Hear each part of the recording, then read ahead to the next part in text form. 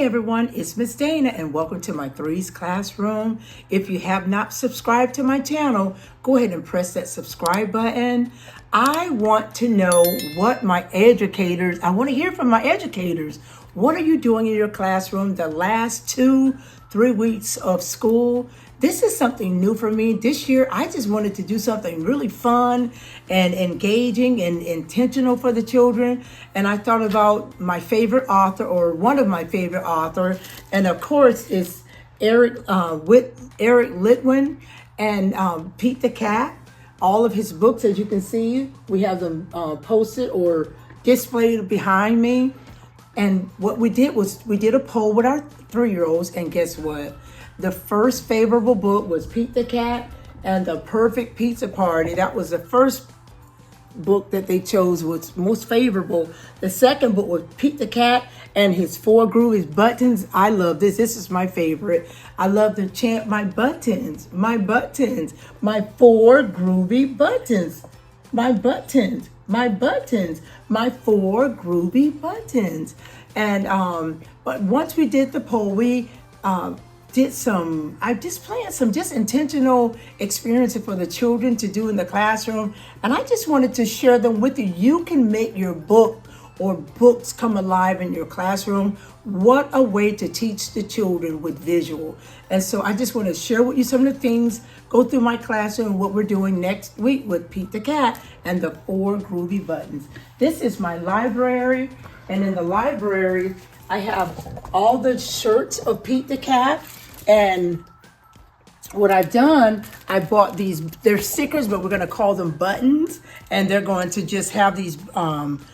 They're going to color coordinate the buttons onto the shirt. This is one activity that we'll be doing, that the children will be doing on Monday. Right here, we have button shapes, and I've just put Velcro on the back of them. And they're just going to match the shapes and their buttons over at our table. And I always have this set up each morning, whatever we're talking about. I always have something pertaining to that in this area on the table. And this is a center also that they can choose. And these are just counting the buttons, 1-to-1 correspondence, 0. They put 1 button there, 2 buttons there, 3 button, and so forth. Over here, this is another counting, color recognition, fine motor skill, and they're matching the colors and they're stacking them. They put all of the orange buttons as they place them on there. They're counting them. Then they have the yellow. And these buttons you can find on Amazon. I actually found them at Goodwill. But you can find these buttons. I've seen them on Amazon. But this is just matching and stacking. Over here, this is a really cool, another cool fine motor skill as well. And they're just getting the buttons and they're sliding them. They get the stick. They can make a pattern, A-B pattern, blue, purple, blue, purple, blue, purple, and it slides down. It's a great fine motor skill. It slides down in there.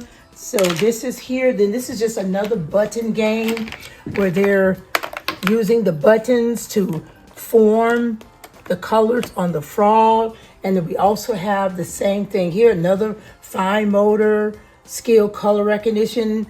They're just being creative with whatever they want. And in my Science Center, I'm going to walk over to my Science Center. Just follow me over here. You can see there's buttons in here. I'm going to add water in here. There's little fishing, well, not fishing poles, but little fish nets that they have to scoop the buttons out with the nets and put them in a cup. And that's another fine motor skill, color recognition skill that they can do. So as I said, make your books come alive in your classroom. Yes, it's great to read it, and I am going to read it. I do the chant when I read this book. And there's other activities that I'll be doing also in the classroom, but make your book come alive. Use props, use different materials for the children to just keep them engaged, and let it be intentional activities for the children. So thanks again for joining me.